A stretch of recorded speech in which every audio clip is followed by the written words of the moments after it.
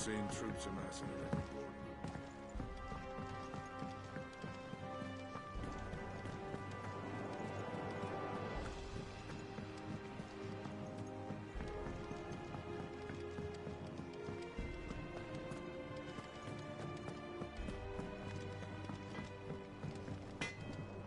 What'd you need? So, what'd it be?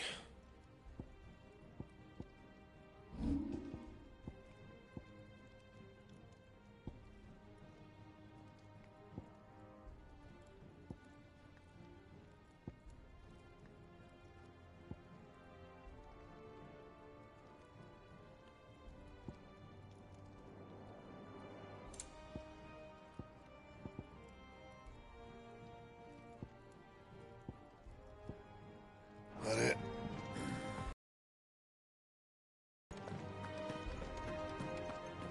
Thanks to Sid. Thank you, Clive.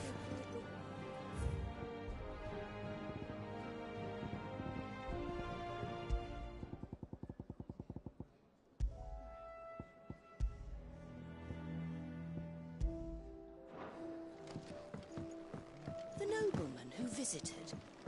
Was that really Sid's uncle?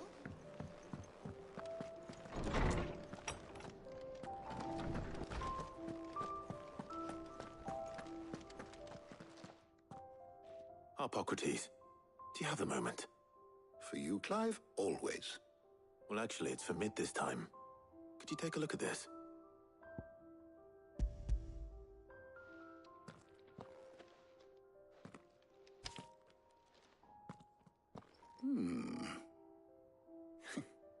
Shielding for a mithril engine? Whatever will that girl think of next? And what are these notes around the edges? She has some specific requirements for the materials. The shielding needs to be able to resist extreme heat on the inside, and yet remain cool enough on the outside not to set the ship alight, while also being light enough not to sink it. As you can imagine, she's struggling to find anything that meets her needs. I see. I wondered if you might know of a solution, or if you might be able to search the records for one. Perhaps it is not a different material she requires, but a different approach. What do you mean? Consider the lake we have made our home. Its blighted waters eat away far more quickly than fresh water or even brine, at timber and steel alike. And yet, we have made a home here from those very materials nonetheless. We have. But Bardolph must varnish every board twice over to keep it from rotting. And Obelus complains that without a constant supply of pitch. I see. Early Gregorian histories speak of a preparation known as moon dew. It is said to be ferocious flames. Before the dragoons tamed the worms and wyverns of the realm, nobles would daub their castle walls with it in order to guard against dragon fire. So if we could recreate it... It might be applied to some material or other in order to provide the protection it requires. As to how best to apply it and to what material, perhaps Bardolph and Obelus might be of assistance. I shall speak to them and see what wisdom they might have to offer. If you would be so kind as to procure the necessary ingredients, I shall discuss the specifics of how it might be most effectively put to use with our two friends. The knowledge of the past may yet prove useful to we of the modern era. Thank you, Hippocrates. And since you're asking others to help you, perhaps I should too.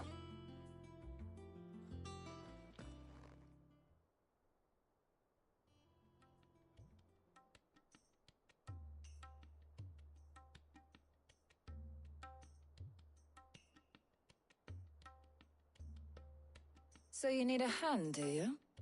We do. I'll be heading to market for the ingredients we need. I could do with some help. And some company too. The other can assist me in researching how best to prepare the shielding itself. Can we count on your aid? Always. Well, if Jill's game. Thank you. I am sure either of these fine young minds would prove indispensable in my research. I leave the decision as to who will go with whom in your capable hands, Clive.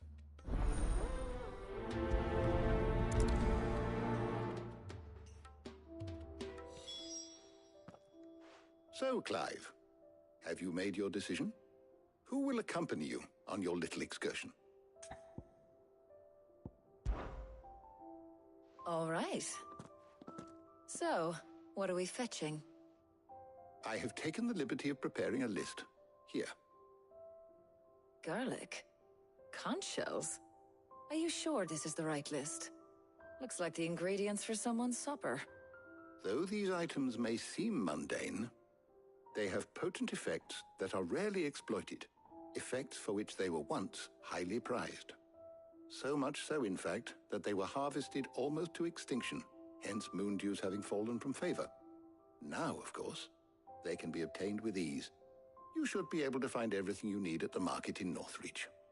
Well, isn't that convenient? I was hoping to be able to make a trip over that way sometime soon.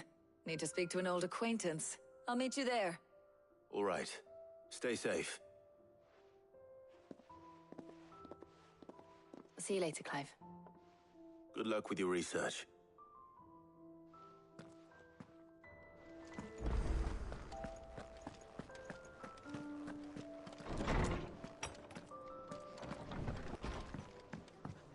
Oh, I'm never drinking again.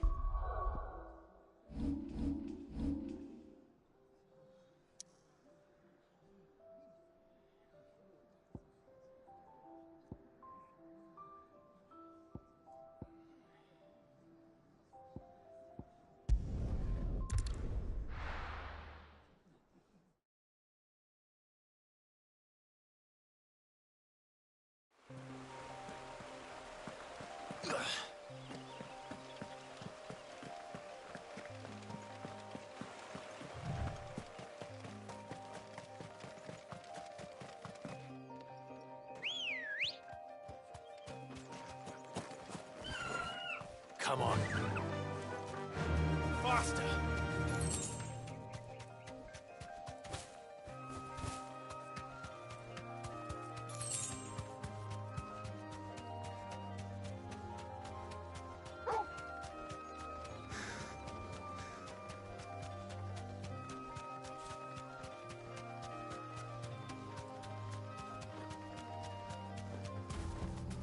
Back to the stables, girl.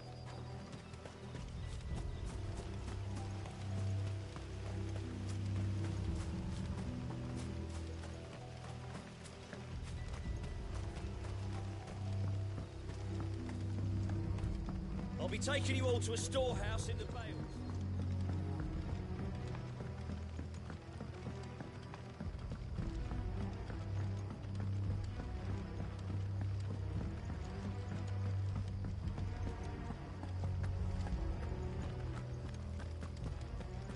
Come, my children.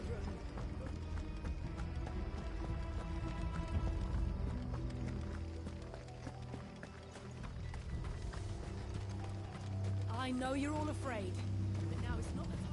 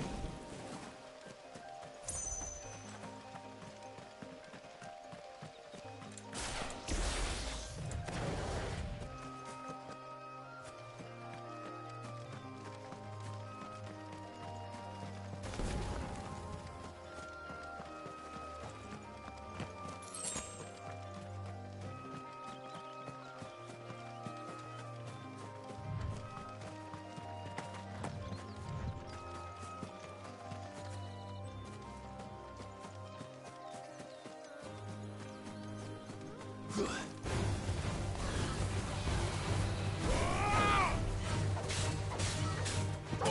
kill! All yours, Torgal. Now, Torgal! Waken! All yours, Torgal.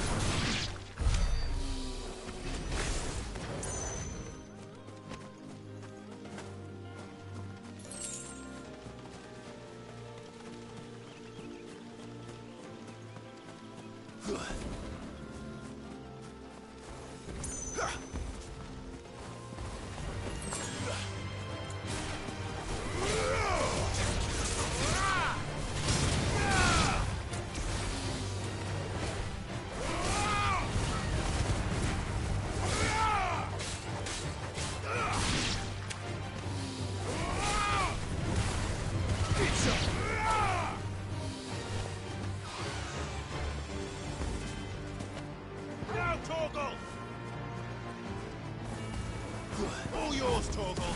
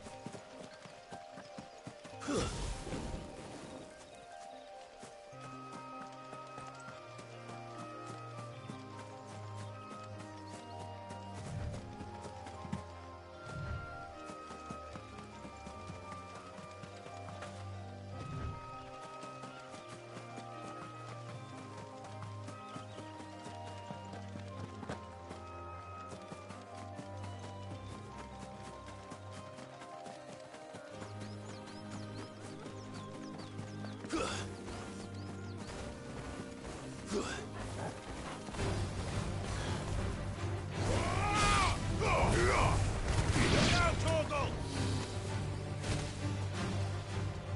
Torgal, kill! Go, Torgal! To me, boy! And hurt Torgal! Now, Torgal!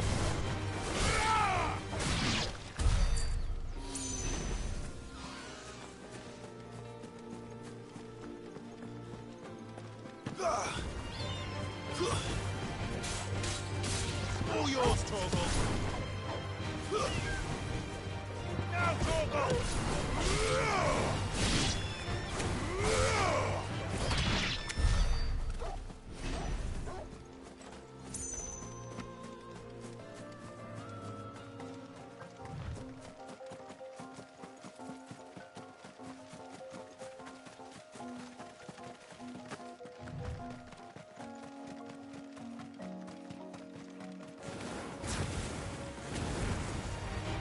Torgal, kill!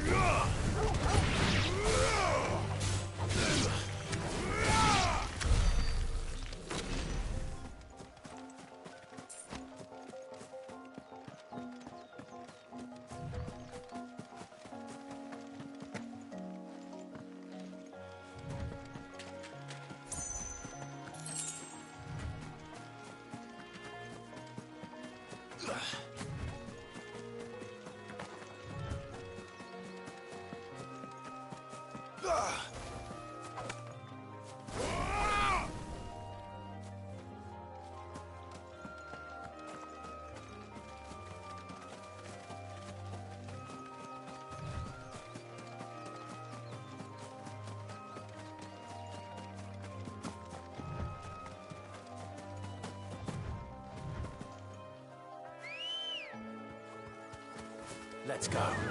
Run like the wind.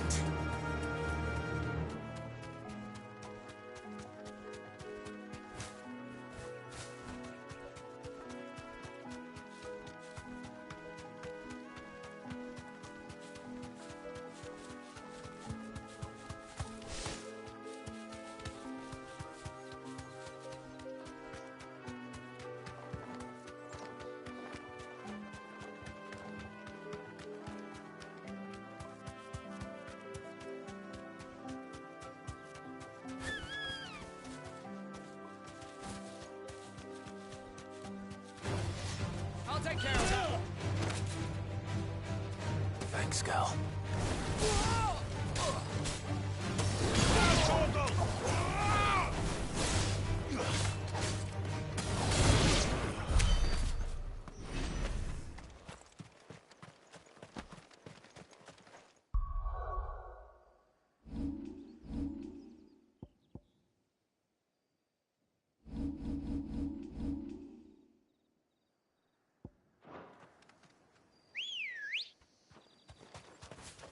Come on.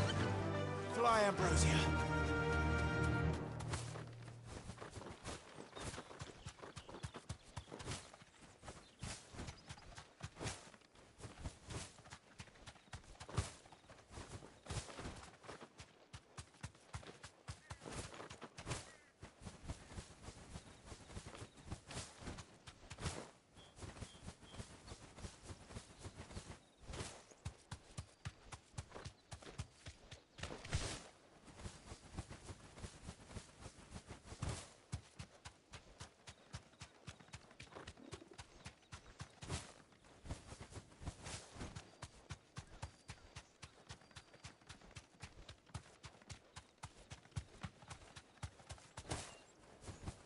Now, where's Talia?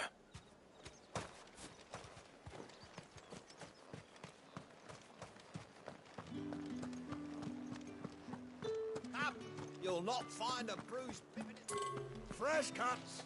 Come and get them before they're gone.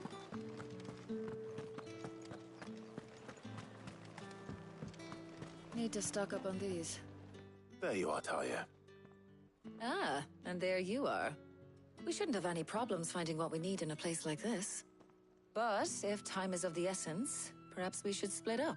Take a few items each. All right. What shall I look for? Let's see now. Why don't you take the garlic and the pepio nuts? Meet me by the gate when you've got them.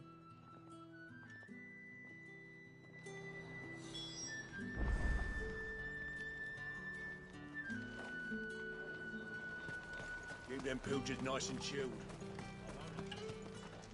Buy, sell, or be gone. And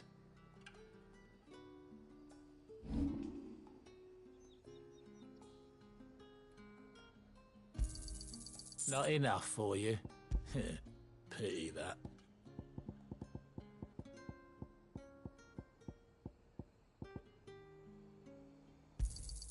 You're lucky to get that much.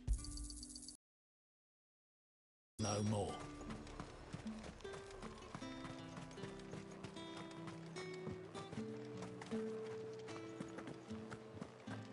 Up! You'll not find a bruised pippin. Fresh cuts. Come and get them. Any friend of the innkeeper is a friend of mine. I trust it's all here. That should do it. Hopefully Talia's finished too. Here since sunrise and Well, did you find everything? I did. Here.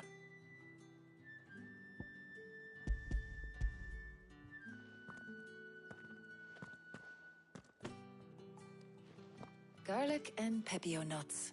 Job done. We should get this back to Tomes then. He'll be waiting.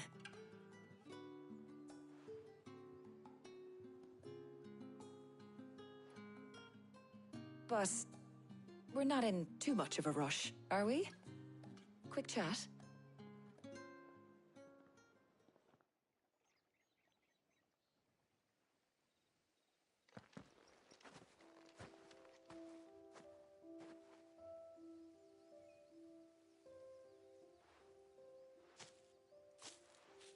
Do you know, I think this is the very first time we've been out on an errand together.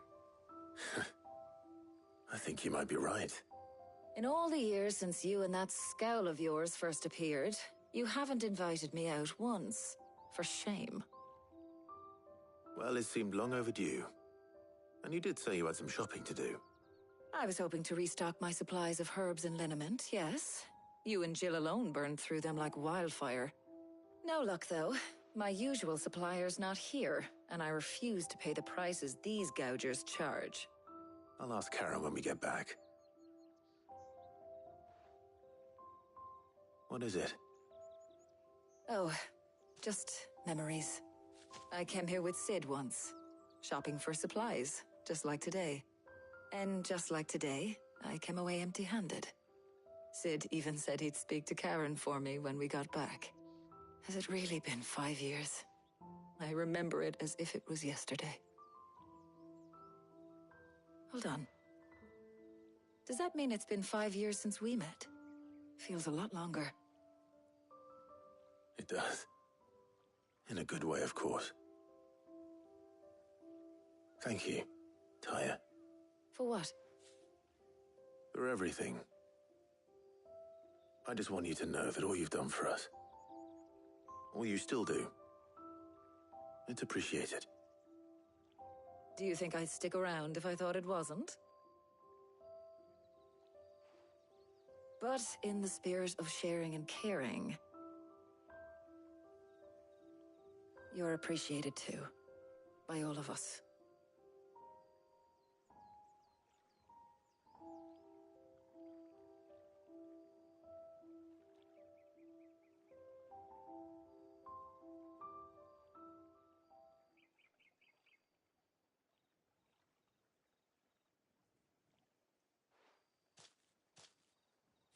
Well, I think we've tarried long enough. I ought to get these ingredients back to Tomes so he can make up this concoction of his. I'll meet you back at the hideaway, all right? All right. And thanks again. I heard you the first time.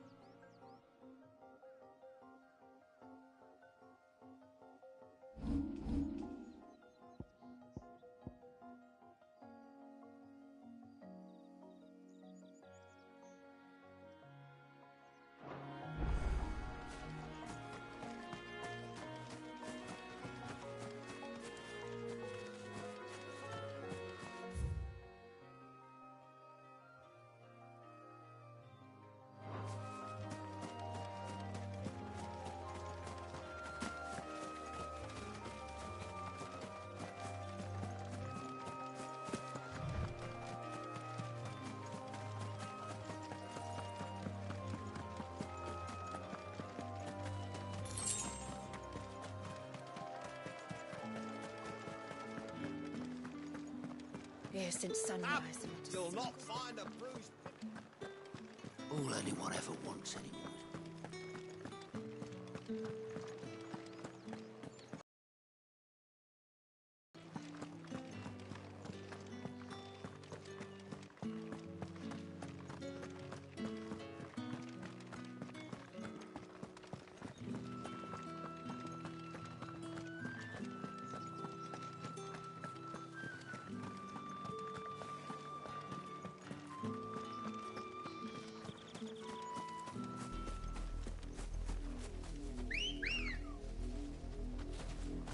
Ready, go?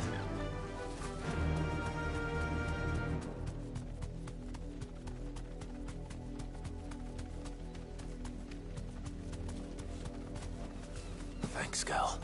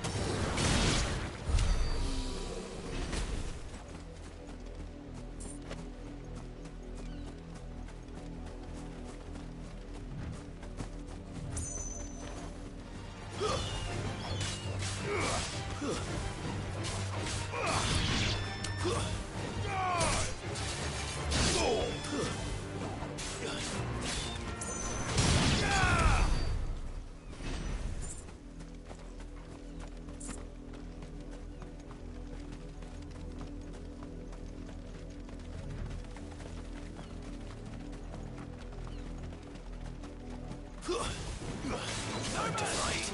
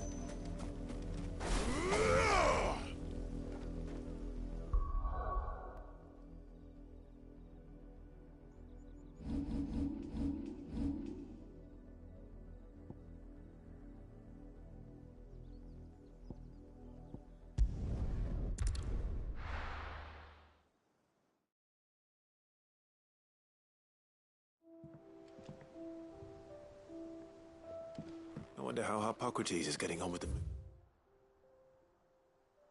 you.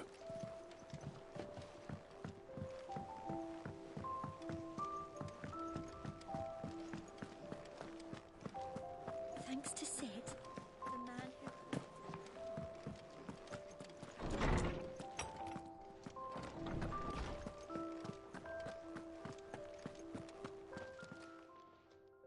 How's work on the shielding progressing, Hippocrates? Well, very well indeed. And thanks in no small part to your kind assistance. I was just explaining to Tarja how we might best go about preparing the moon dew. And now that we have all the ingredients, we may begin. You can count on me. I've mixed more than a few mysterious concoctions in my time. I'm sure you have. What about the shielding itself? Work is underway, under the watchful eyes of Bardolph and Obolus. Apparently, it'll be ready soon. Thank you. All of you. Right then. Jill, would you join me in the infirmary? Many hands make light work and all that. Of course.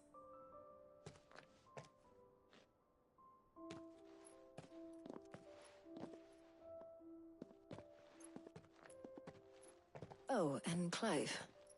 It was good to talk. We should do it again sometime. It appears our work here is almost at an end. A shame. I was enjoying playing the man of action for once. When both the shielding and the moon dew are ready, it will merely be a matter of applying the one to the other. Followed by a rigorous process of testing and retesting, of course. Perhaps someone ought to warn young Mid of that. Leave it to me. Thank you, Hippocrates.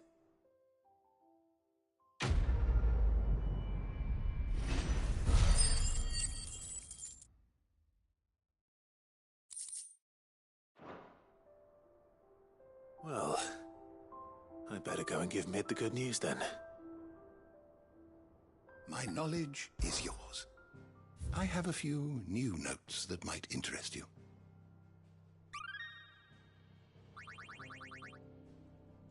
If you have a question for me, I should be happy to answer it.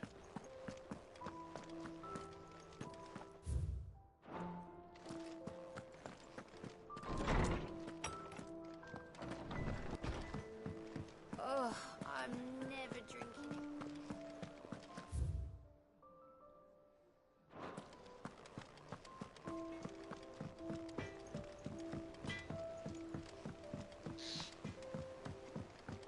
I went up to give some greens to the chocobo.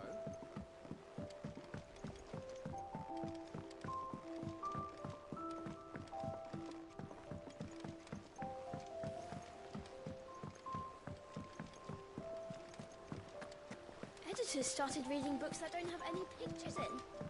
Why would anyone want to do that?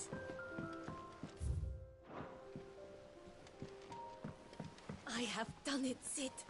I have learned all the letters. Every one.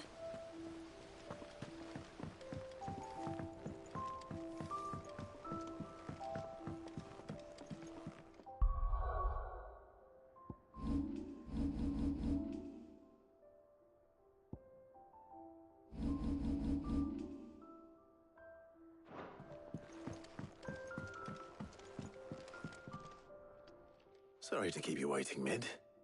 But you'll be pleased to know that work on the shielding is underway. You found something for it? In a manner of speaking, Hippocrates knew of a substance that's highly resistant to heat. A coating that should provide the protection you need. He's supervising the construction and testing of the shielding as we speak. Brilliant! I knew you wouldn't let me down. Don't thank me. I'm just the errand boy. Right then, better start working out how to bolt all these bits together. To the Black Hammer!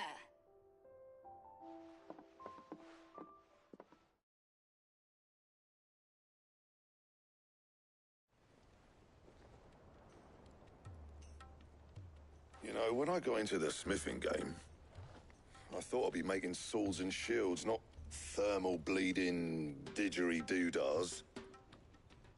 Displacement stacks. Same difference.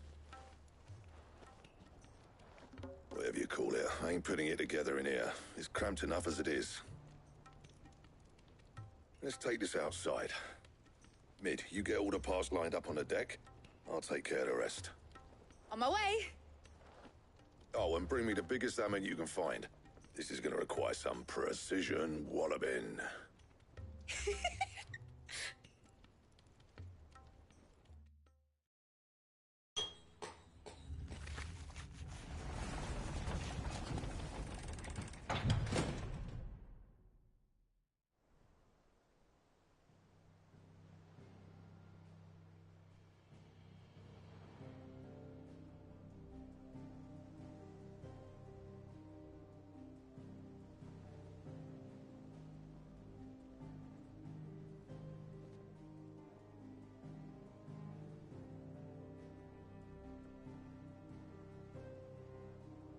It's finished. It's finally finished.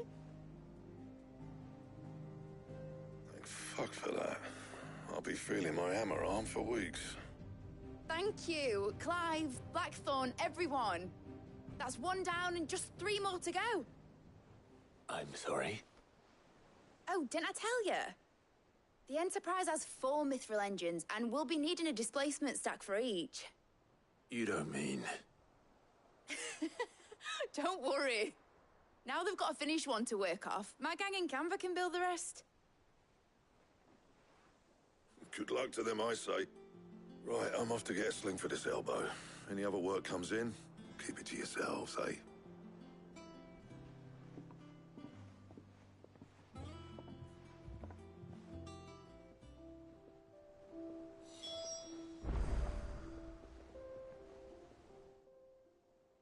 What's the matter? Nothing. Just daydreaming. Thinking about the Enterprise sailing off over the horizon to shores unknown. Searching for a land untouched by the Blight. Just like me and my dad planned. So if the worst came to the worst and every scrap of soil in the Twins turned black, we might still have a chance. That's what she was meant to be. You see, one last chance just in case we needed it. But now she's so close to being finished, I've realized I don't want it to be that. I don't want it to be just a lifeboat for us to cling to if things get desperate. I want people to sail aboard her by choice, not from the lack of it. In a world where we're not just trying to survive, but where we can actually live. I'm working on that. And I'll do everything I can to get you what you want. Don't you always? All right. My mind's made up.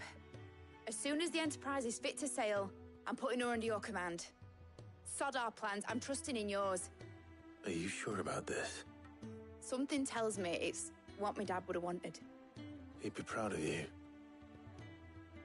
You were gonna visit his grave, weren't you? I was. And you can come too now that your little project is finished. There's just one thing I need to finish up first. Won't be a mo. All right. I'll let Otto know you're coming. Meet us in the mess when you're ready. Aye, aye, Captain.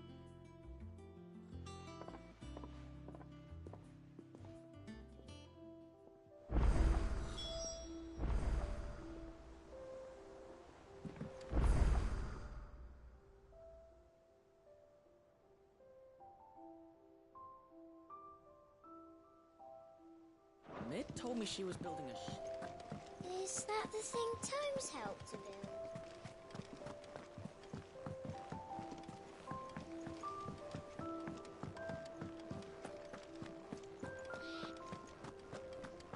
He cracked the crystal too?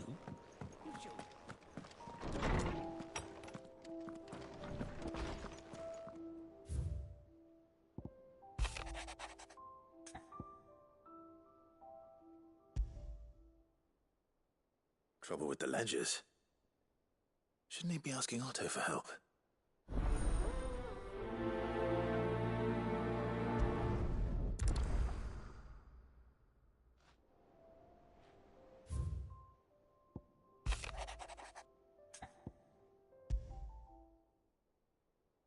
wrong with Torgor?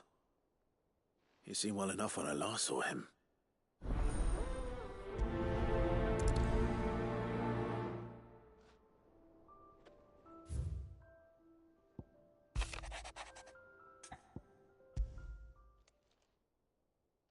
Hopefully it's nothing. But I should speak to Blackthorn just in case.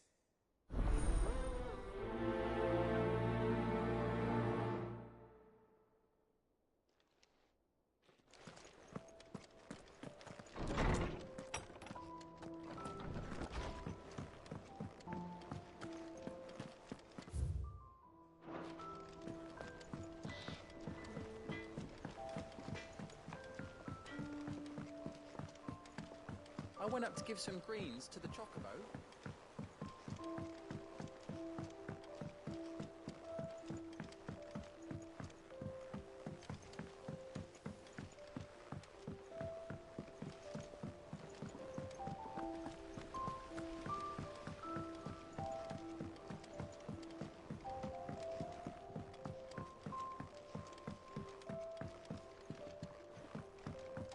Well, that's... Here, Sid. Reckon you might be just the man to help me out of a bit of bother, if you've a mind to. Let's hear it. Well, it's about this alembic the chief's got me making. Lovely bit of kit it is. Bunging a solution you want splitting, and it will separate it out, just like that. Problem is, it won't always get rid of all the impurities. And with some of the stuff we need it for, that ain't good enough. Which is why I've been looking for something to filter the liquid we'll be cooking off. And that's where I was hoping you could help me out. I imagine Ty could get some use out of this alembic too. Distilling medicines and the like. All right. Why not? Proper job! So what exactly do you need for this filter?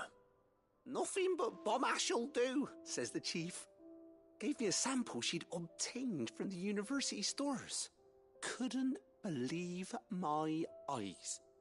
You pour the blackest blight water through it, and it comes out clear as a mountain stream. So, I did a bit of reading about where I might be able to get hold of some.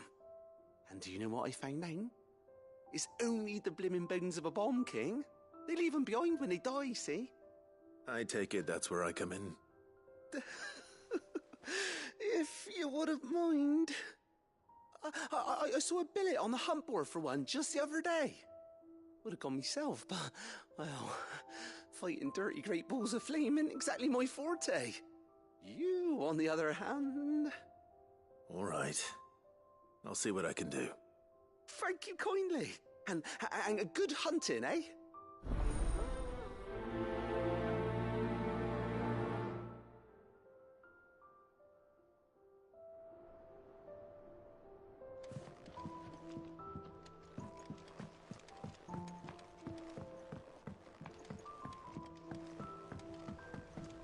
Think Mid might need some.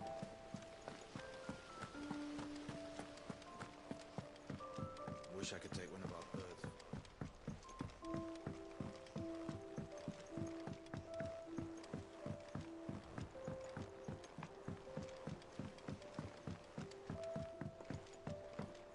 I went up to give some greens to the chocobo.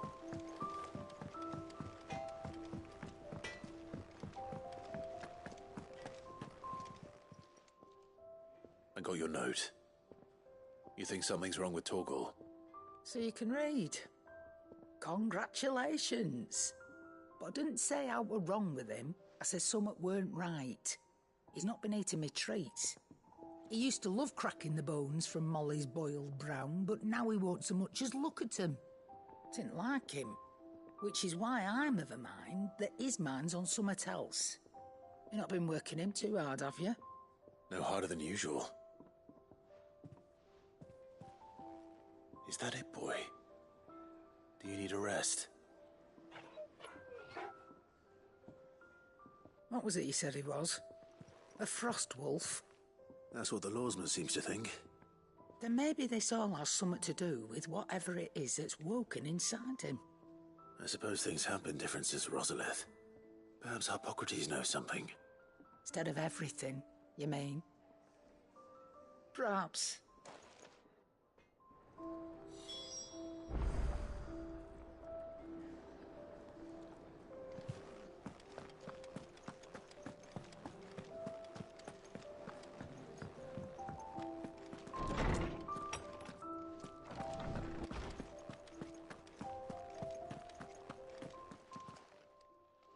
Lawsman, I need to ask you about Torgal. Something's not right with him. He isn't ill, is he? I don't think so. But according to Lady Karen, he seems to have lost his appetite, which is certainly a new development. She says he's hardly been touching his bones of late, and she believes it may have something to do with what happened at Rosalith Castle. I rather think she might be right, though not about his appetite. All canids are instinctively inclined to crack open bones for the rich marrow that resides within, and I see no reason why a frostwolf should be any different. Accordingly, I suspect it is not a lack of appetite that afflicts Torgal, but a surfeit of it. If we assume that his newfound magics require additional nourishment to sustain,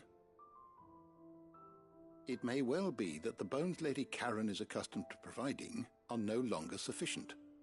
Frostwolves, after all, habitually prey upon far larger animals, whose bones may yield altogether different nutrients. As to where one might find a suitable substitute, some antelopes that graze the meadows of eastern Rosaria have been known to grow to a size more than double that of their lesser cousins.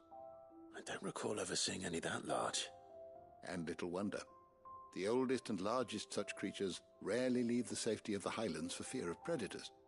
The last elder antelope sighting I recall hearing about took place near Cressida, and that was long before the village was abandoned. Even so, it seems like a good place to start. Good hunting, Clive.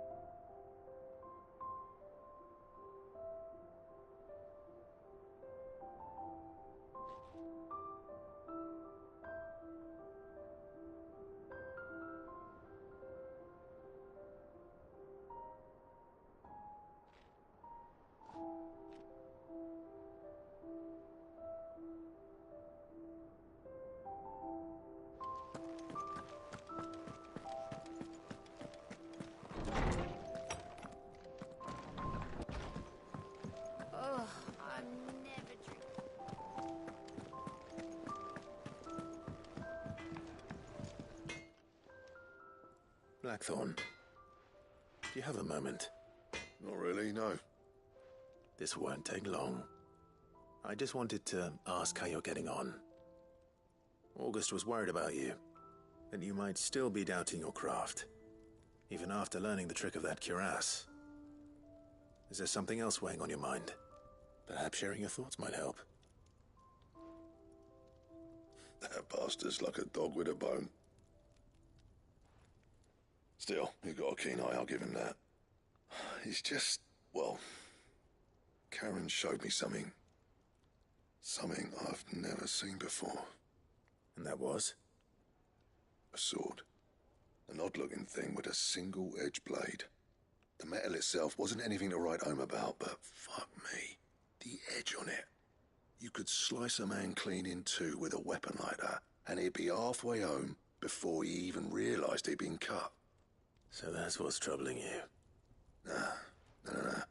Not troubling me exactly. More distracting. Can't stop thinking, how do you get an edge that sharp?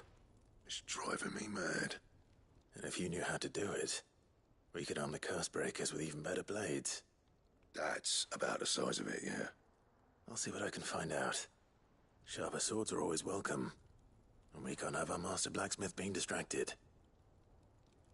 You're a soft touch, you know that. But I can't say I'm not grateful for it. Good luck, eh? Thank you. Let's see what Karen knows about this sword.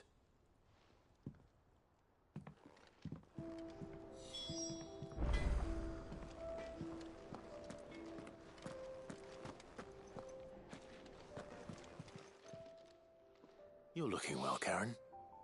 What do you want? Out with it. I want to know about the sword you showed Blackthorn. Single-edged and extremely sharp. Running around after him again, are you? I suppose I am, yes. But I need to help him find out how to work an edge like that. It's driving him to distraction. Little wonder, I suppose. There's not many like that make it as far as the twins, and those that do go straight into private collections. Which made it nice and easy finding a buyer. Can you tell me who bought it? Where is it now? You think I tell people who my clients are? Suppose you're not likely to go nicking him off me, are you now? Fine. If you stop mooning at me like that. Lord Ignac's the man you want. Delmechian bloke. Collects weapons and the like. And he's got more money than sense, which is why he's one of my favourite clients. Reckon he'll still be at the inn in Dalamil, where I left him. Thank you, Karen. Oh, and he's a touch eccentric, if you take my meaning. I appreciate the warning.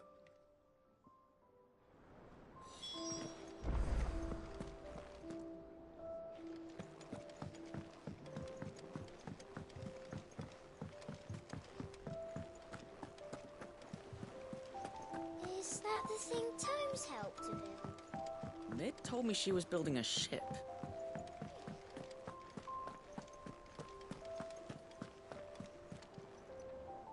Clive, did you get my letter? That's why I'm here. Shh. Otto won't be listening. Is this better? A little. Listen, I've some bad news. It turns out the hideaway may be slightly behind in its payment to certain lenders, and it may be my fault. But I swear to the goddess, I thought I had the numbers square. Sadly, that square turned out to be more of a circle. Zero, you might say. I can straighten it out, I swear, but it's going to take some time, and I'm going to need help keeping it from Otto. Bit late for that, I'd say. There you are! What a surprise! So let me get this straight. You forget to pay our lenders what they're due, and instead of coming straight to me, you get Clive to come to you. And I hope he'll dig you out of the hole you've dug for yourself. Clive, the man in charge of the place you've been cheerfully trying to bankrupt. And you thought this was a cunning plan. Why? Well, Who needs paying? Oh, just Martha. And the dame. And, well, Lady Karen. But only 500 talents. We owe 3 of our most trusted friends 5 million gil. Each. 5 million each. They lent us the bulk of the money we used to rebuild the hideaway, you see, and, well, I must have made some sort of oversight.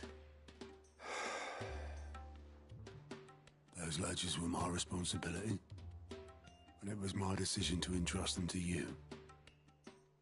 This is my fault. Do we have that much to hand? I can always ask my uncle. No, we don't. And no, you won't. We've lightened Lord Rosfield's purse enough. After the king's ransom we had off him, he deserves better than to see our begging bowl. Besides, we'll need to learn to stand on our own if we're gonna make this work. All right. But that doesn't mean you have to shoulder the burden yourself. Is there anything I can do to help? There might be. How'd you fancy taking these to Martha and the dame? Rocks. Rocks, he says. Worth 1,000 talents apiece, these are. A little something Sid and I set aside for when times got lean. And I reckon 15 million in overdue debt probably qualifies. I just hope our associates' eyes are a bit more discerning than yours. I'm sure there will be.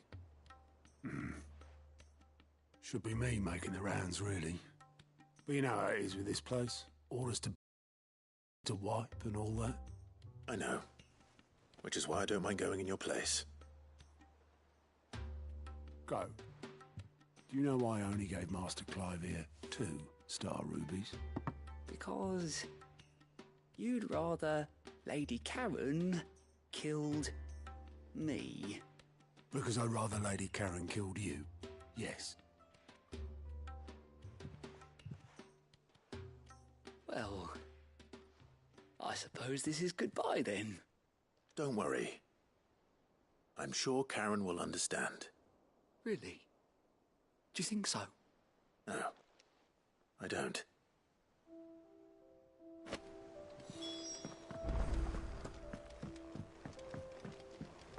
Mid told me she was building a ship. Is that the thing Tomes helped to build? Yeah. He said it was some sort of chimney stack.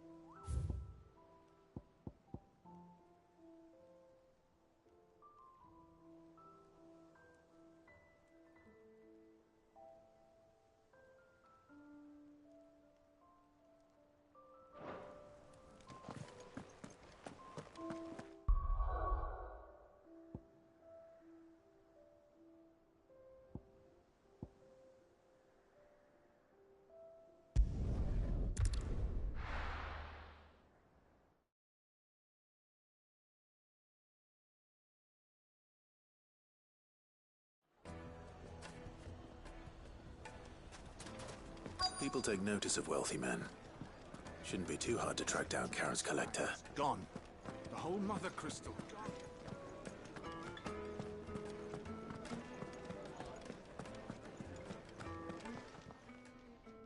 My reputation will be ruined! Ruined! Calm yourself, Lord Ignac, I beg of you, before you do yourself a mischief. Pardon the intrusion, but... Out! Get out! I paid for these rooms so I wouldn't be disturbed. Leave me be! Please, allow me to apologize. His lordship is going through a difficult time, and he's never been fond of guests arriving unannounced. Radim! Get rid of the filthy oaf this instant! Very good, Lord Ignac. Would you mind stepping outside for a moment?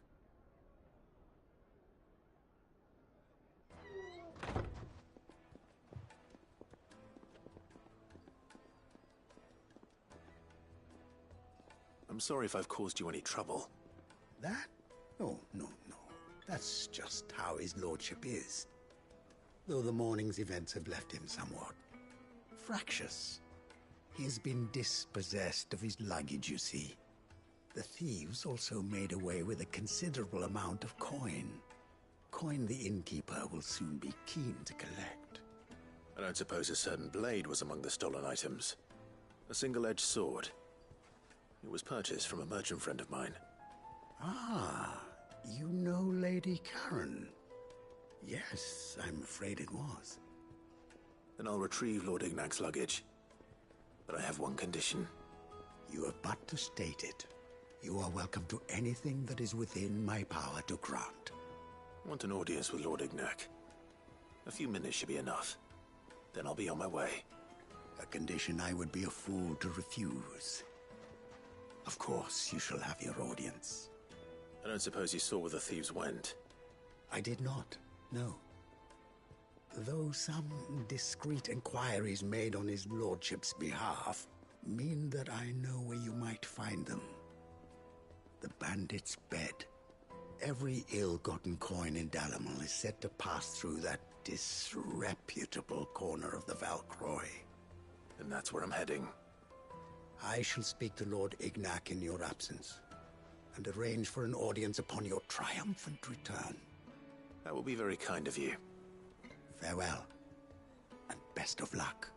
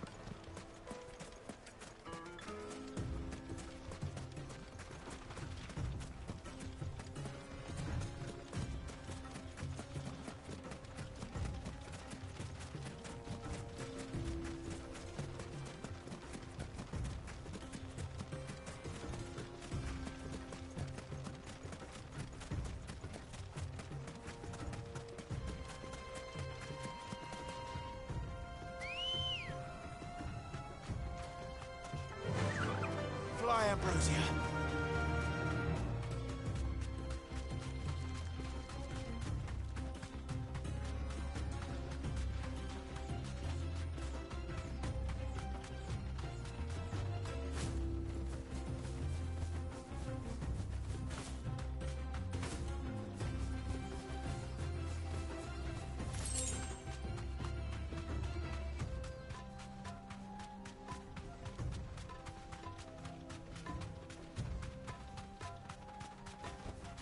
Straight home now.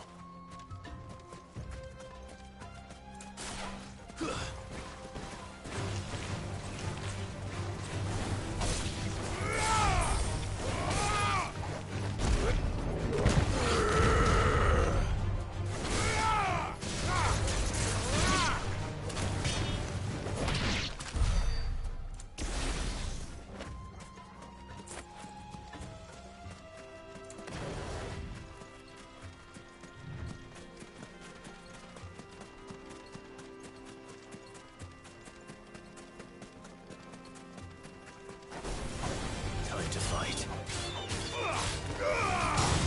All yours, Torgal.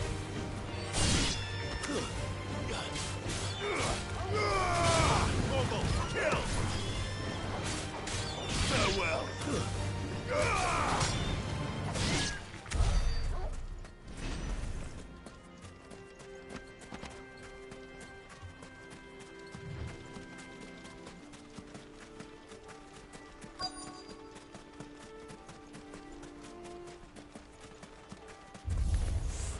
We've got company!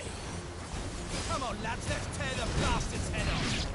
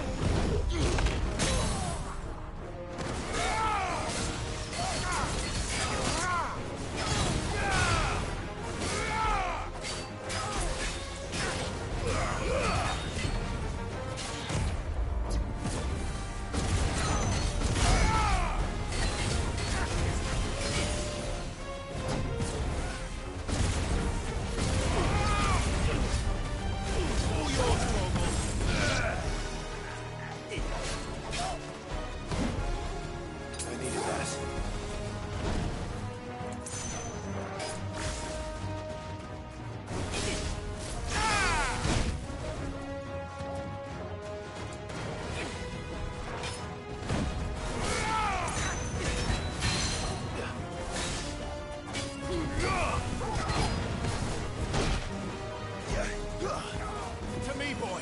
You're a fine hound. Thanks, boy.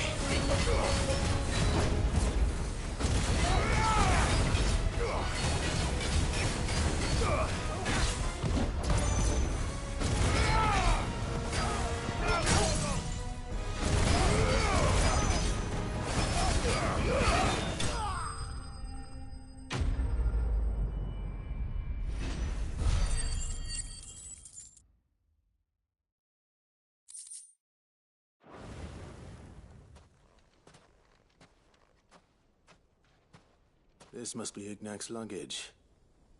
Nothing seems to be damaged. All right. Let's get it back to Dalamel.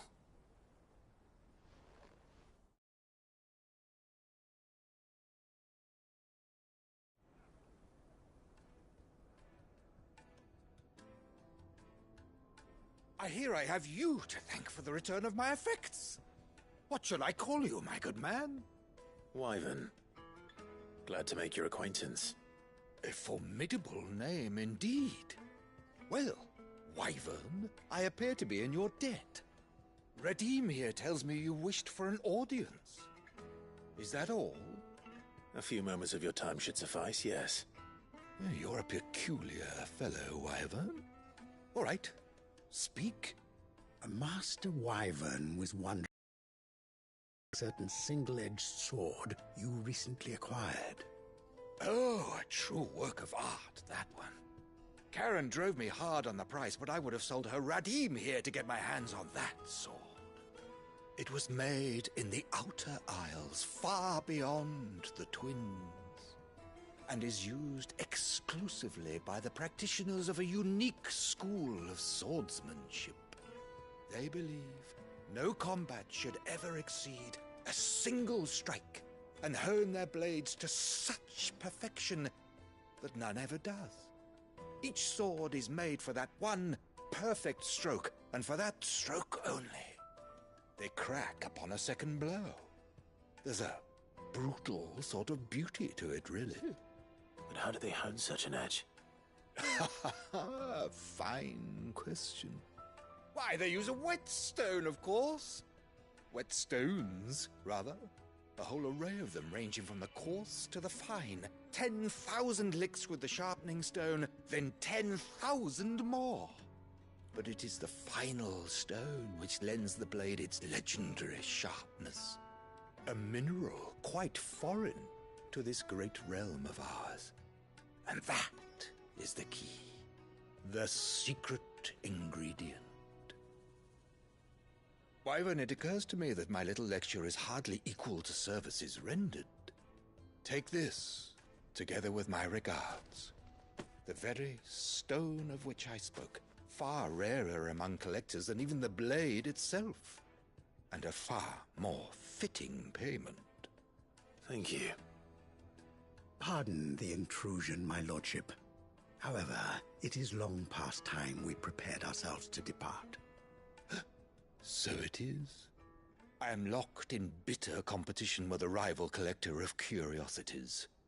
I am one step ahead of the unscrupulous scoundrel, but he is hard at my heels. Are there many other collectors out there?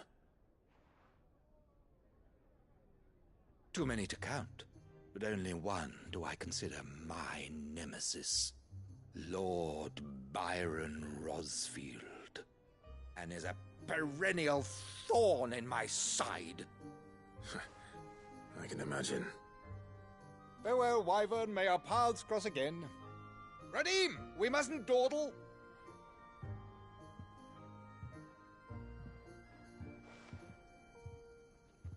I think his lordship is rather taken with you, Master Wyvern. Thank you again for your assistance. Coming, my lordship. I'll be right there.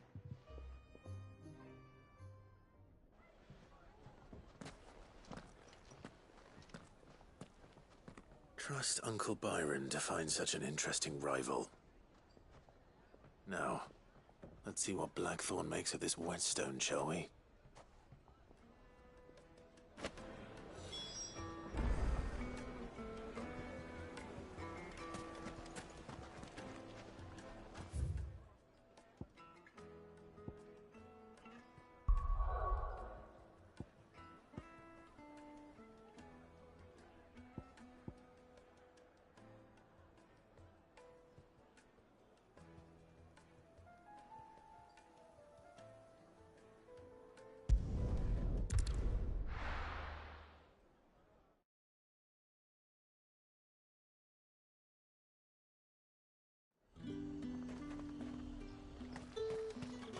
There's talk that the glass... How the hell is anyone supposed to afford that?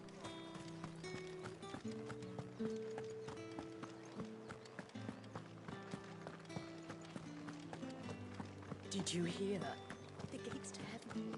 I want to see you. What am I going to do without Sweetwater and oil of talc? Milady, I come bearing gifts. Gifts? Whatever is the occasion.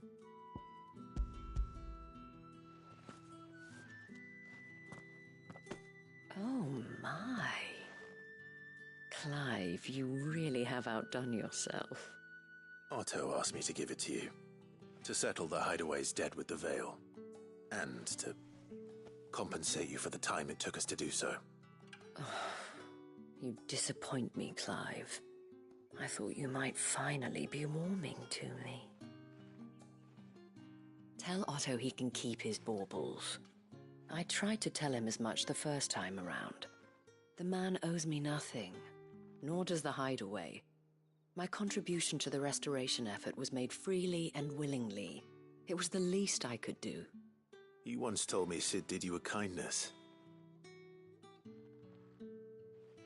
I'd like to do the same. Please, accept it. For my sake. And for Otto's. For all of us. For all you've done. It is rather fetching, isn't it? Very well. Otto is lucky to have you, Clive. I doubt anything could ever replace his son. But you and the others at the hideaway are the closest thing he has to family. Otto had a son. Long ago, yes. Sid told me Otto lost him when he was just a boy, and blamed himself for not being able to stop it. I don't know how it happened, whether there was anything he could have done, but it was clear that it weighed heavily on him. I didn't know. How could you have? I doubt anyone did. Besides Sid, I've never met a man more keen to bear his sorrows in stoic silence. An ill habit, given that both have always been surrounded by friends desperate to help them. I'm beginning to see that.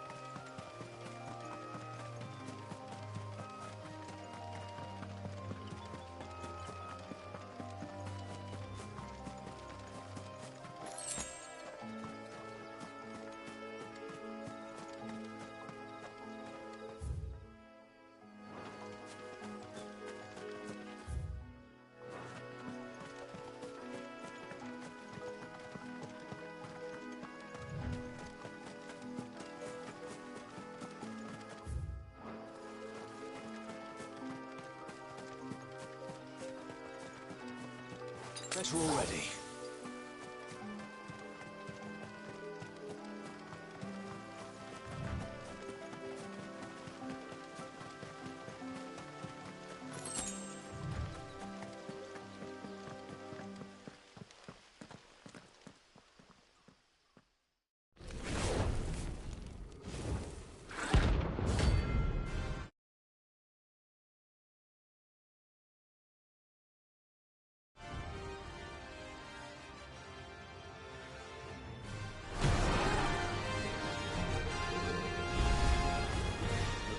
Here.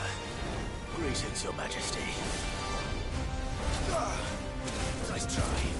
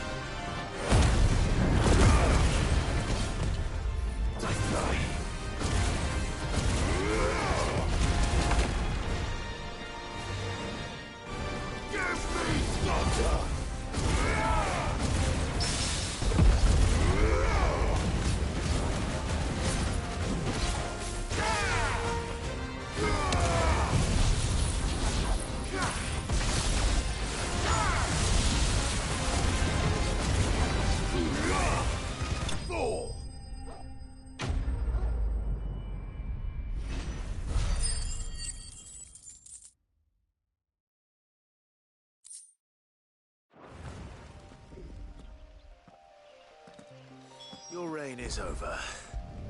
Now to collect the ash. This looks like the stuff.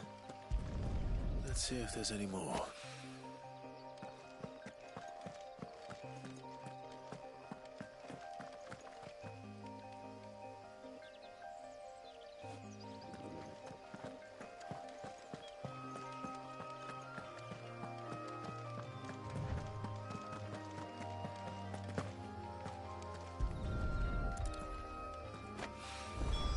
That should do it. If the wine needs more than this, he can fetch it himself.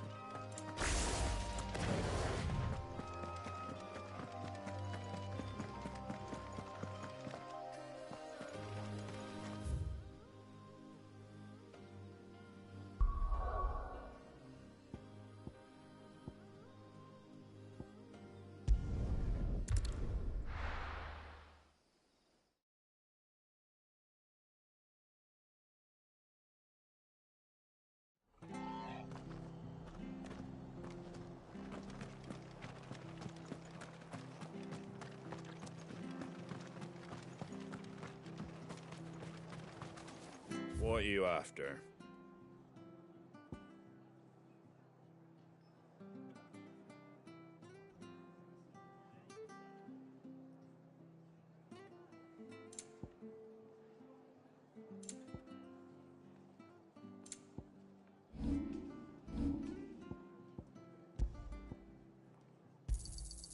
There you go. Much obliged.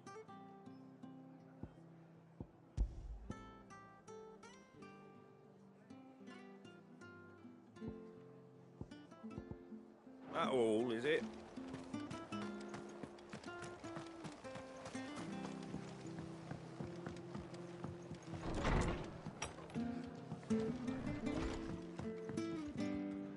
Clive, we weren't expecting you. I wasn't expecting to be here, but it seems we still owe you a considerable amount of coin for your help with our rebuilding efforts. And though I doubt it's what you were expecting, we were hoping you'd take this as payment.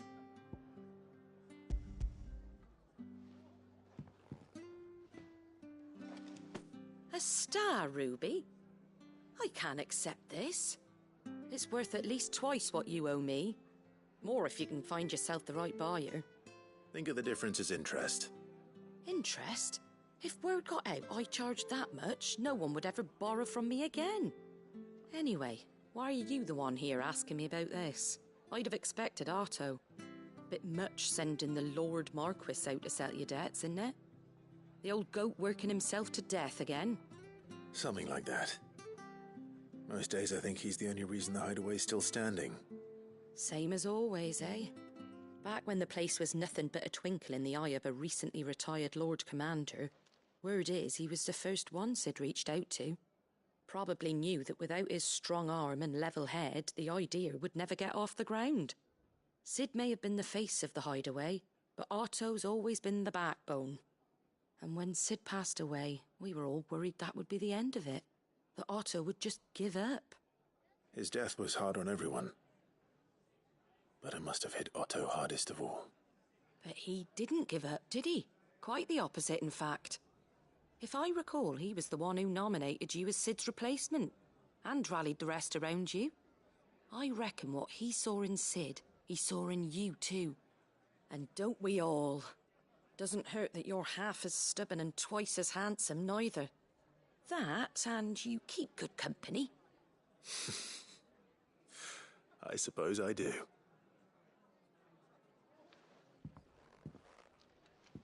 Goat will want to know the stones were delivered, if he's still with us.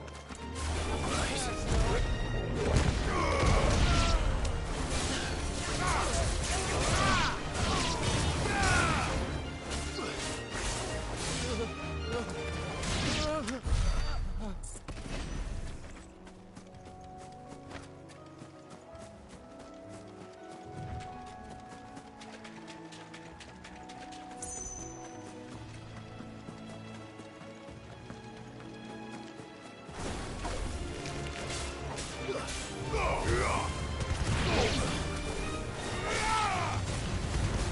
over.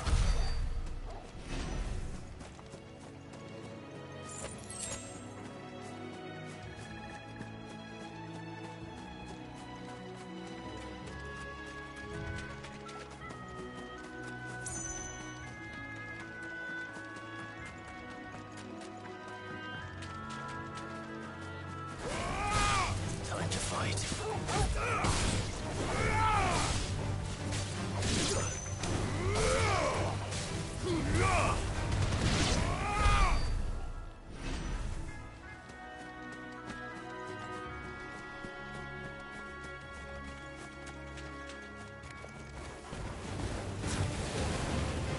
Torgal, kill! Too slow.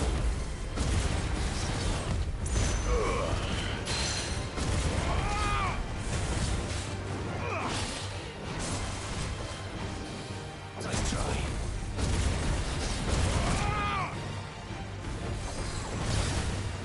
All yours, Torgal. Now, Torgal!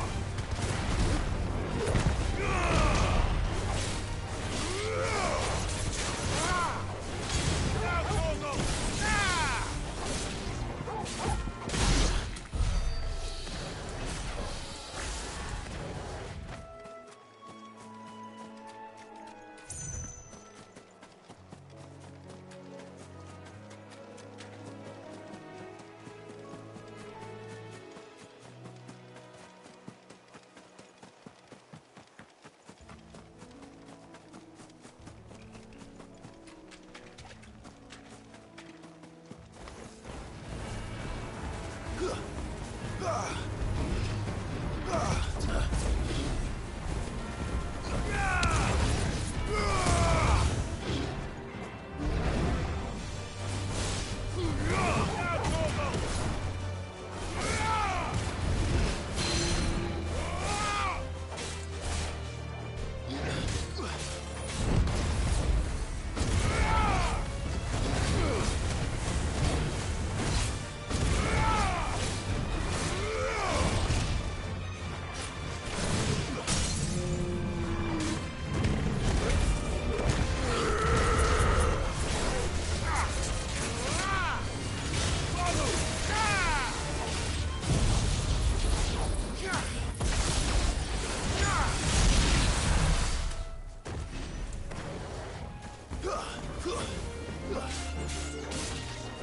Torgal, kill!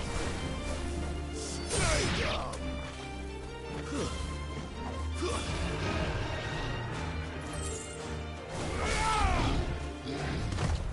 Nice try.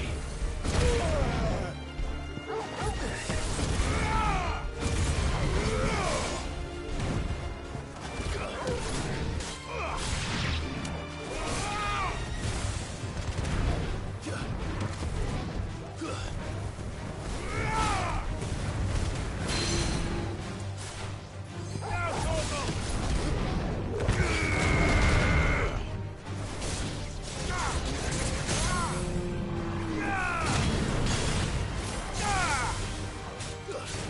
Torgal!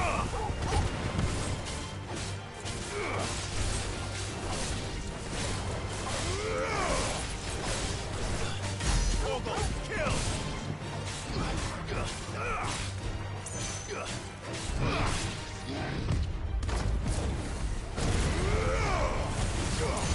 It's over.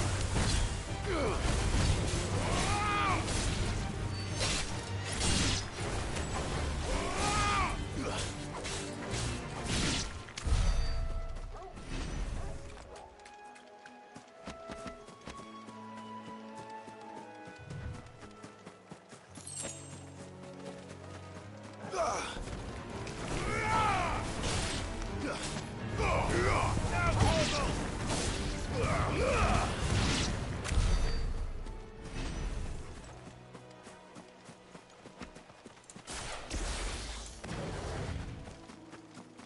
Well, it's certainly quiet. If I were a giant antelope, it would seem like just the place.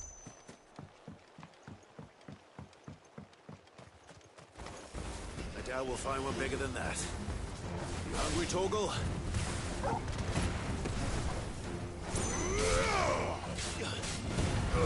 Torgal, kill!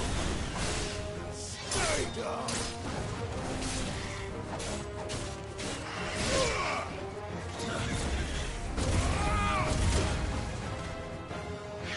All yours, Torgal! Now, Torgal!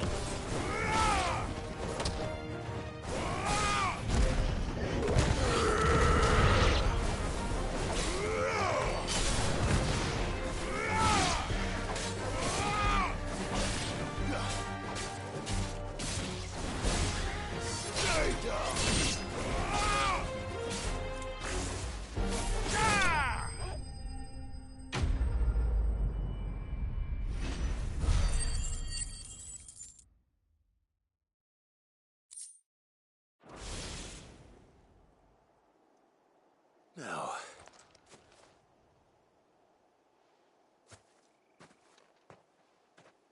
Will it be enough, I wonder?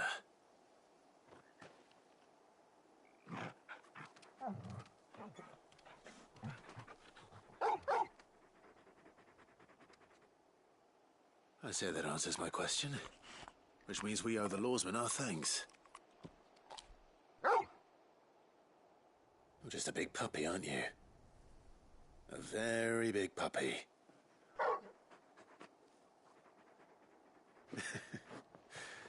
You do know you can take that with you, Torgal. Lady Karen will be relieved to hear you've got your appetite back. Come on, boy.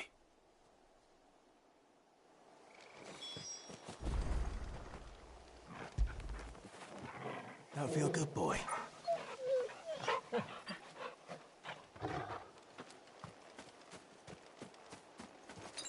I needed that.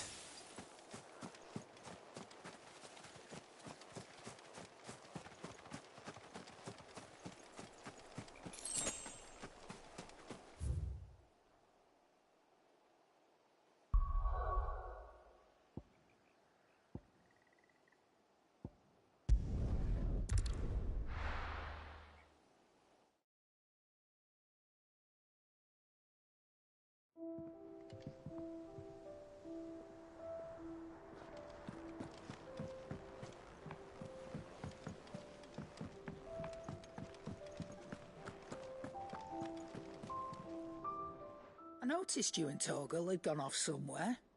Take him for a walk, did you? You could say that.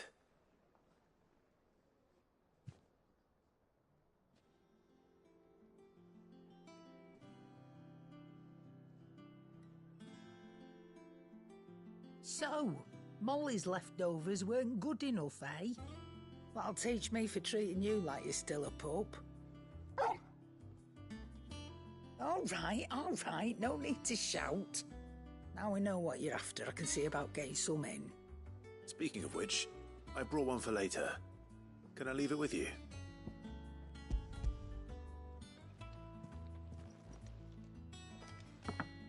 You can, aye. I'm nice like that. In return, you can thank Tomes for me. The bloody know-it-all. I was just on my way to see him.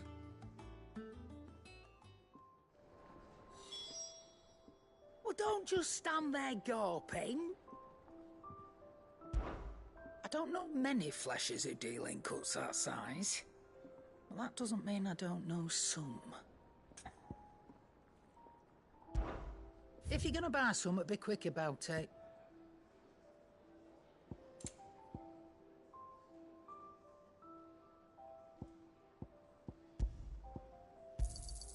You'll not find a better price than that. You're rubbing me blind, you know.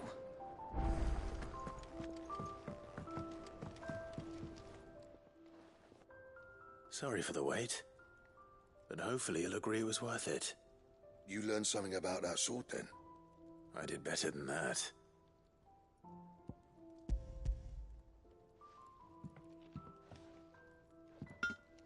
A whetstone?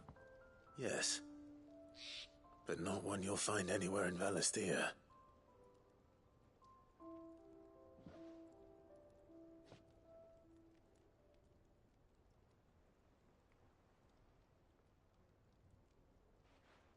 wonder I couldn't get the same finish on the grinding wheel. One hit and all done, eh? Might not be so bad if all you ever fought were duels. Good luck on the battlefield. Your second opponent would be your last, no matter how good you were. Even so, is there some way it could be used to give the curse breakers an edge? I think so, yeah. With this whetstone and the right kind of steel, I could probably even make a twin of the blade to rattle me. But there'd be no replacing this little rock once I worn it down to a sliver. I reckon we get a dozen swords from it, if that. Swords that the curse breakers wouldn't know how to wield properly, and that would see them through a single fire piece. Nah, no point trying to copy that thing. Be about as much use as a wax anvil. It's fine. Now that's something steel with an edge as sharp as any found in the Outer Isles. I won't make it, nah. I'll make something much better. I'm sure the curse breaker... Don't you worry about me, sunshine. I've been working day and night since I was half your age, and I'll still be here when you're long gone. Hey, thanks, Clive. I mean it. I owe you one, August too. It's good to know someone's looking out for me. He'll be happy to hear you said that. And I'll see that my debt to you's paid. First new blade I make's got your name on it. You come and find me when you've got the materials. Right. I will.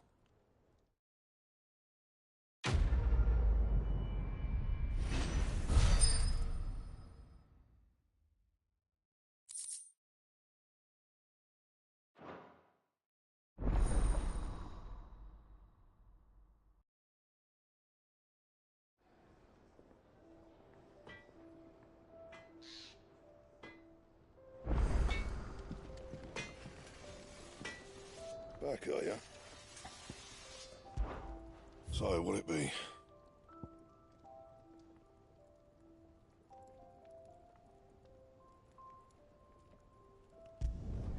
No scratches, all right?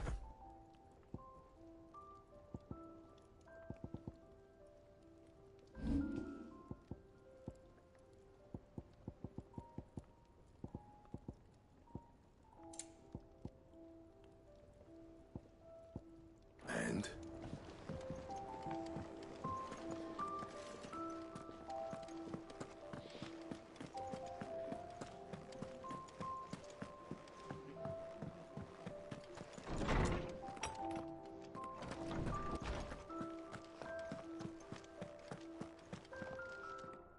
Ah, Clive.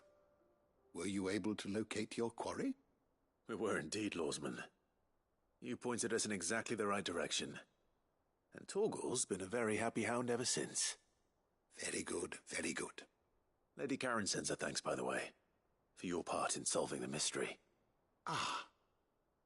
But that reminds me. After your last visit, I found myself pondering Torgal's talents. Do you recall our conversation concerning Lady Jill's role in Torgal's transformation? About how she somehow woke the power within him. Precisely that.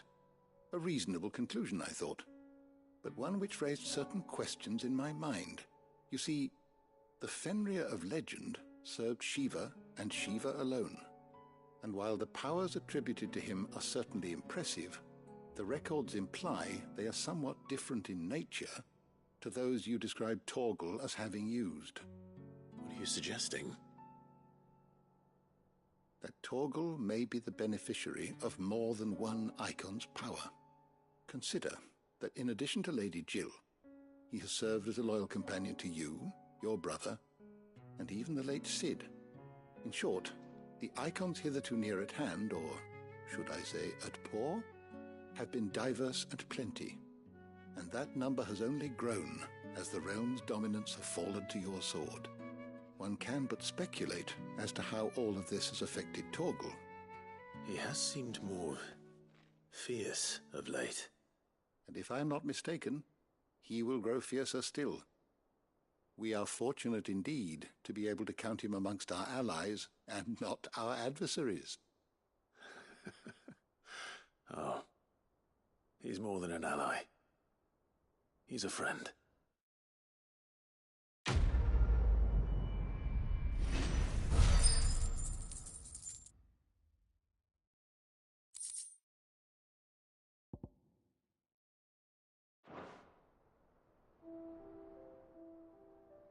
How good it is to see you, Clive. I have compiled some new entries, if you would like to see them.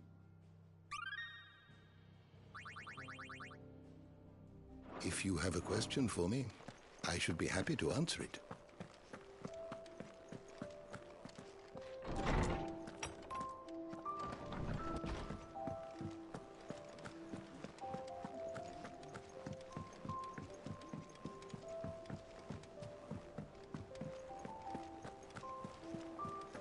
Is that the thing Tomes helped to build? Mid told me she was building a ship.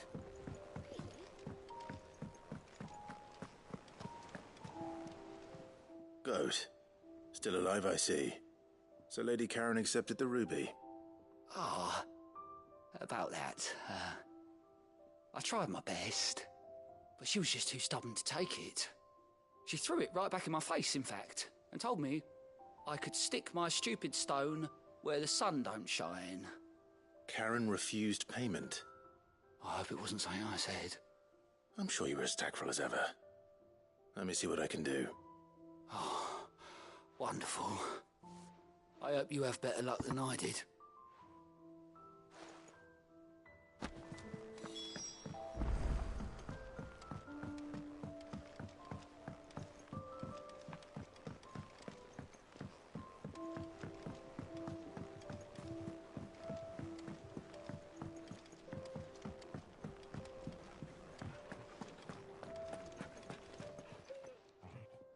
Lady Karen, Goad tells me you weren't happy with our offer. Would you prefer the debt was repaid in coin? What debt? I don't recall lending any of you lot me hard-earned gil. I may have tossed a talent or two in the Hideaway's coffers, but those were donations, and you can hardly call it charity if you go asking for it back. Of course not. But one good turn deserves another. And our circumstances have changed. Surely you wouldn't shun the gratitude of a pauper who happened to have become a prince.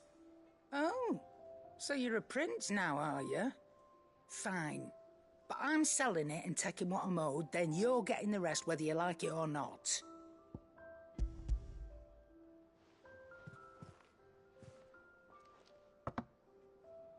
Where'd you even get this? A decent trader might nab 1,000 talents for a star ruby. A canny one, meanwhile, might claim it were nicked from the belt of Sid the Outlaw himself and ask twice as much. Might be I already have a buyer in mind. Might be you even know her. A fine continental maid whose beauty's only eclipsed by a guile in commerce. You wouldn't mind, would you? Not at all. Just be sure to tell her that it's always a pleasure doing business.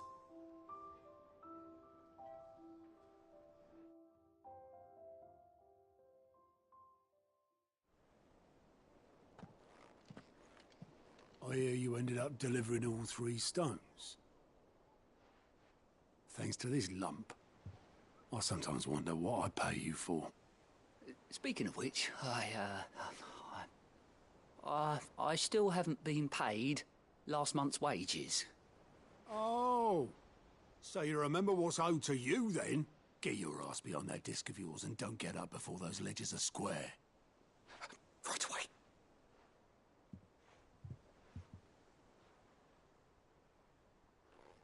I've seen that before. Yeah, yeah. Plenty of time. The goblet Sid ever used, either out of habit, or because the filthy sod couldn't be bothered to find a clean one. I knew so little about him. Like most people. Martha and the Dame both seem to have fond memories of him. I bet they do. How long did you know Sid before he... Before he died. 20 summers, give or take. Back in the day, I was a purser on a trade ship, which is where I met him. He bought passage to... I forget where. And having nothing better to do on the long nights, we set up drinking island rum till the morning bell dragged me back to my duties. Quit my post not long after that. On account of making a fine maiden's belly fat. But me and Sid stayed close. promising we'd one day sail the seas again. That was before fate stepped in and said she was having none of it. The magic woke inside my son soon after his first name day, and there was no hiding his knack. Couldn't you and your family have? My family were the ones who summoned the constable, wanted the monster taken away. I couldn't turn my back on him, forget what I felt, and I couldn't for the life of me understand how they could. Luckily, Sid was of the same mind as me. It was him who stood beside me when all I wanted was to tear the whole world down. Him who cried for me when I had no tears left of my own. Him who swore he'd do everything he could to stop it from happening again. And he was true to his word, too. Left the Royal Army once and for all. His ranks, his ribbons, gone. Just like that. Threw away everything he had. All to right a wrong that no one else had the courage to face. I knew then I'd follow that man to the ends of the earth.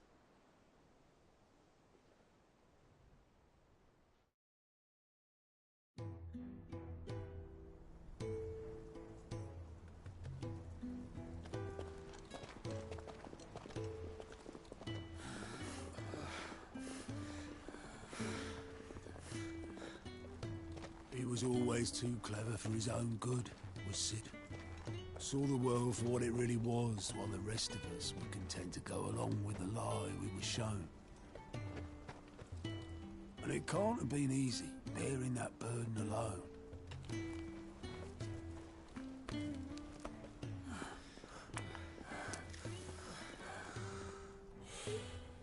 But he didn't let it stop him. He never lost faith in what he believed was right. And that gave us faith in him. Faith he'd steer us true. So I swore to myself that I'd always be right behind him, ready to catch the stubborn sod, if ever he should fall.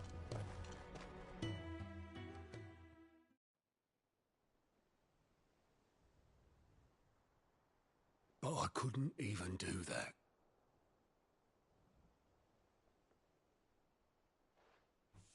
Ignore me. Just the ramblings of a tired old man. Leave that lot. I'll tidy it up in a bit.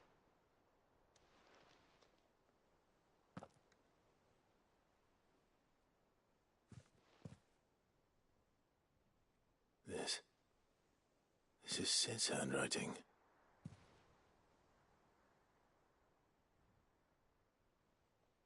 Dear Otto. I may be drunk, but I wanted you to know this place would be fucked without you. I love you, you grumpy old sod.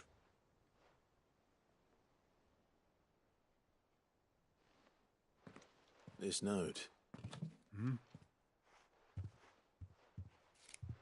What about it? Sid was right. Without you, we'd all be lost.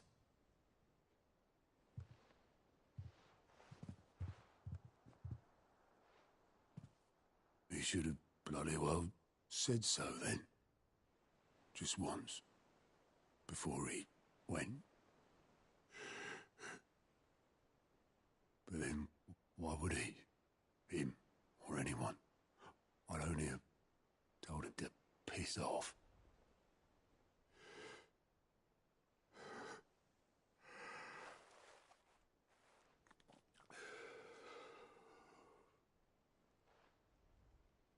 You're wrong, though. Both of you. It was never just me keeping the hideaway afloat. It was all of us. I just shoved people in the right direction. I barely seem to be able to do that anymore.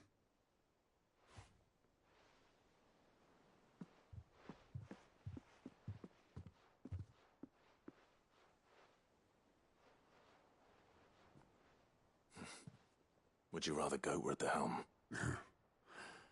Well, maybe I've got a few more years left in me. I'm going to hold you to that, Otto. Before you go, Sid would have wanted you to have this. But that's... This'll do me just fine.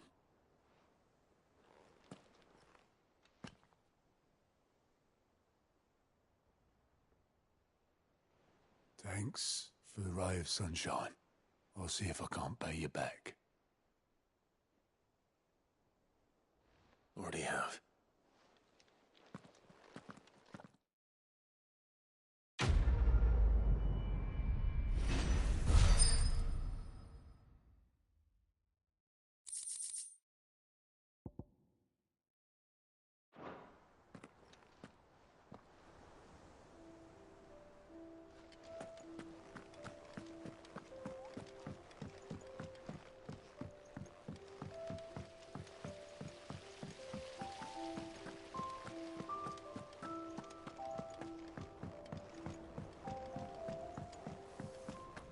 Think Mid might need some help tidying up.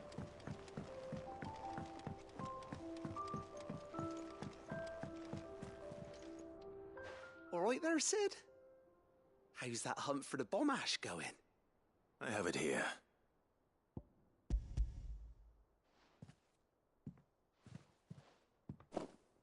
That's the stuff. And plenty of it, too. Enough to keep the Alembic bubbling away for a good old while. You're a gent, Sid. Let none say otherwise. Right then, let's get this contraption up and running.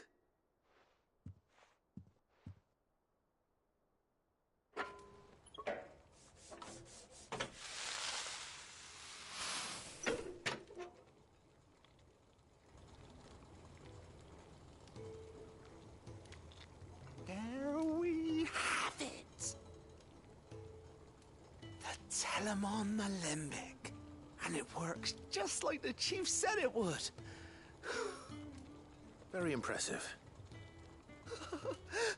Says the man who cut down a burning boulder. Speaking of which, I still haven't returned the favor. There's no need. The good it will do for the hideaway is reward enough. Don't be silly. Why don't you let me take a look at that bag of yours?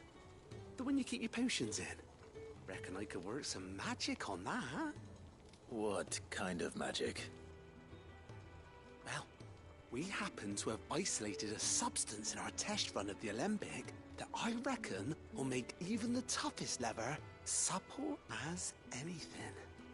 Thought we might use it to breathe new life into old boots and the like. Save the hideaway a few gil. But I reckon if we slap a bit on your bag, it'll loosen it up enough for you to squeeze in a bottle or two more. Well, it can't hurt to try, I suppose. That's the spirit. Leave it with me. I'll only be a mo.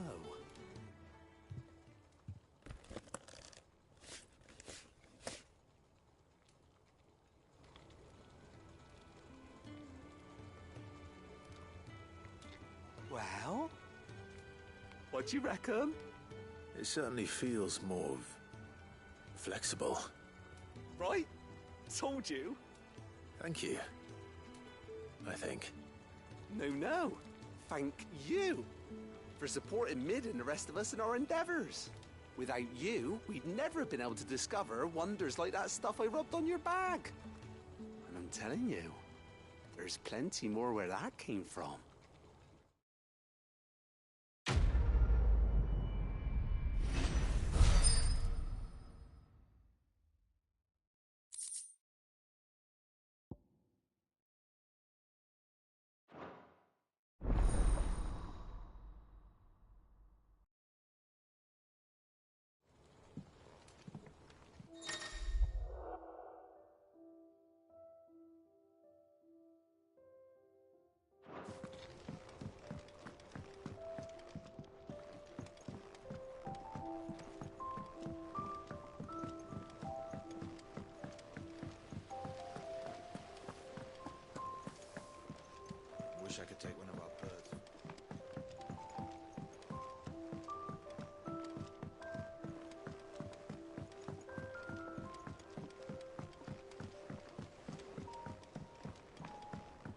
I went up to give some greens to the chocobo.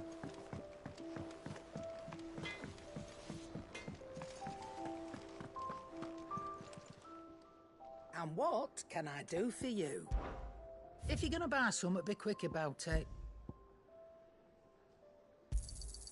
You'll not find a better price than that. It'd better all be here.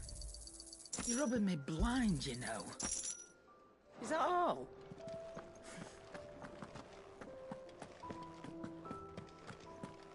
He cracked the crystal too?